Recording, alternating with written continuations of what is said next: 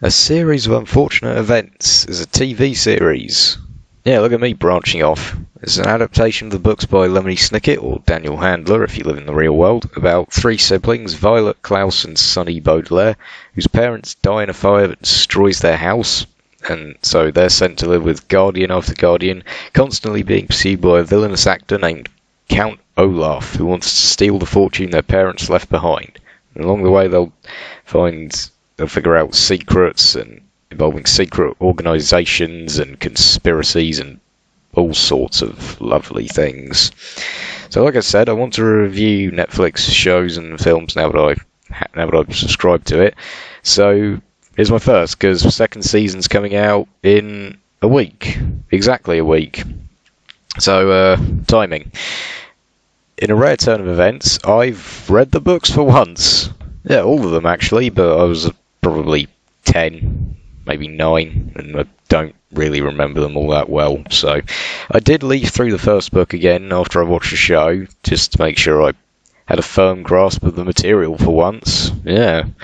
So, although what I did remember about the books before I reread the first one is that they have a very strange tone and writing style, and that's what this show absolutely nails. The weirdness of the books, the darker tone, the nonsensical time period where everything looks like it's in the 20s and then it's not.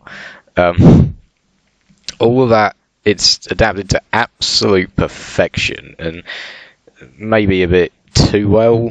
I'll get to that later. So, on a tonal and writing perspective, it absolutely understands what made the books great. Like, as soon as the opening credit sequence started, I thought, okay, I think they get it. I think they get what made the books great and weird at the same time. But this being a comedy, however, no matter how dark it may get, it's not really going to be all that good if it's not funny, and I would say it's half and half, roughly. Half the jokes funny, half of them just make you cringe into your shirt, or just embarrassingly that old for the grown-ups humour that I can't stand in kids stuff. Still, it keeps up the tone flawlessly, and they even found some half-decent child actors for Violet and Klaus, and Sonny, I guess, doesn't really count, but she was funny too. I say half-decent because they have a similar problem with the jokes. Most of the time they're fine, and others they're not. One of the first scenes, where they're told that their house burnt down and their parents are dead, they both look like they couldn't care less. And that happens a few other times as well, but, mostly they're fine, they're likeable, they do their jobs, but the real star of the show, of course, is Neil Patrick Harris as the one and only Count Olaf. He's fucking brilliant. And it may be because one of my biggest complaints with the movie adaptation from 2004 was that Jim Carrey just isn't intimidating enough to be a good Count Olaf, because he's just being Jim Carrey. He's doing the same thing he does in all his films, thus turning a villainous, fiendish, truly evil bastard into a goof. For anyone that doesn't know anything about the film or the books, just remember what Jim Carrey did with the Riddler in Batman Forever. Painful memories, I know, but try, you can do it. And you're pretty much imagining what he also did with Count Olaf. Neil Patrick Harris, on the other hand, hams it up possibly even more than Jim Carrey ever did with his, "Hello, I am Stefano. I am your Uncle Monty's new assistant." And yet, he can still be threatening enough for you to buy that he's a truly nasty piece of work. And everyone else is great as well. K. Todd Freeman is one of the funniest parts of the show, actually, is Mr. Poe. Justice Strauss, the judge, she's fine. All the supporting cast, they did their jobs.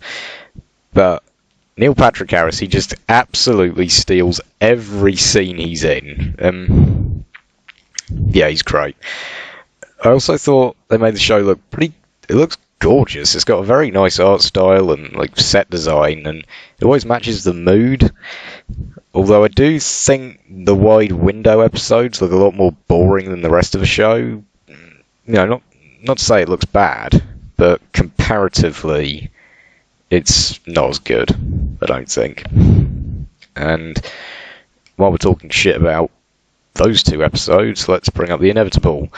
Alfre Woodard, if I'm saying that right, as Aunt Josephine, was bloody shit. Especially when she has to be comically afraid of everything, because she just doesn't seem like she's afraid of everything. And she overacts a lot. Just didn't like her. Those two things easily make those two episodes the worst part of the whole show, but, you know, like I said, everyone else does a fine job. Pizza guy from Spider-Man 2 as Uncle Monty. You know, he's pretty good. I remember preferring the old Uncle Monty from the movie adaptation, but he's fine. Count Olaf's theatre troupe are actually pretty funny as well. You know, I really didn't expect them to do as much as they did in this, which is nice. And from a plot aspect, it divulges from the books quite a bit, and surprisingly enough, I actually thought it made it more interesting when they went away from what the books did, because unlike the majority of book adaptations of Game of Thrones, I thought all the changes made the plot more interesting than it otherwise would have been. Because they start setting up the big mystery and conspiracies and secret organisations pretty much right from the off. Because, as I recall, the books didn't start implying that there was more to this story than just evil guy wants money until, God, I think the fifth book? I think? And the very end of the fifth book, as I recall. So yeah, I think it made it more interesting than it would have been otherwise. And while I think Patrick Warburton is great as Lemony Snicket, the one thing I haven't mentioned yet, the narrator, he can also be pretty annoying because he's constantly jumping in, interrupting the pace, explaining words to you, and I know that's in the books. Like, I know that the narrator of the books is always explaining stuff to you and blah blah blah blah. But most of the time, I found that funny in the books, and you know, like I said, half of the humour works in this, half of it doesn't, and yeah, I just think Lemony Snicket is a bit too prominent in this, and so finally, I'll have to mention the effects because some of them are okay, some of them are absolute shite, and Sonny biting things in particular. God, it looks fake as fuck. It looks like, I mean, it honestly reminded me of Son of the Mask sometimes, and it's just, yeah, you don't want to remind people of Son of the Mask, because here I was thinking I'd finally gotten over the trauma from that film.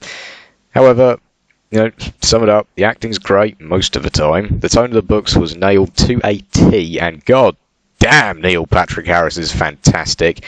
So I'll say that I enjoyed a series of unfortunate events, but there's certainly room for improvement for season 2. You know, it's a bit late to be saying that now, but whatevs. So I'm going to give a series of unfortunate events season 1 a 6 out of 10. I'm sorry if this review felt a bit all over the place. I feel like it probably was. It's the first time I've ever tried to review a whole season of a TV show before. So hopefully I'll improve that in time. I don't know what the next show I'll review will be. I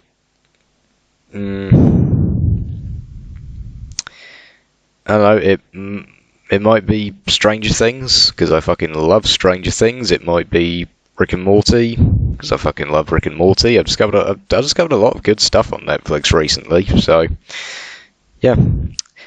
For now, yeah, I enjoyed a series of unfortunate events. It's not great, but It's good. Yeah, it's good. So guys, have you seen a series of unfortunate events? What did you think about it? Or what are some lesser known things on Netflix I should watch? You know, stuff that's good but not everyone's talking about. You know, not Stranger Things, because I've seen it, I love it, but everyone's heard of it, everyone watches it. Just things that you don't think are overlooked, maybe. So whatever it is, let me know. Thanks for watching. Have a good one.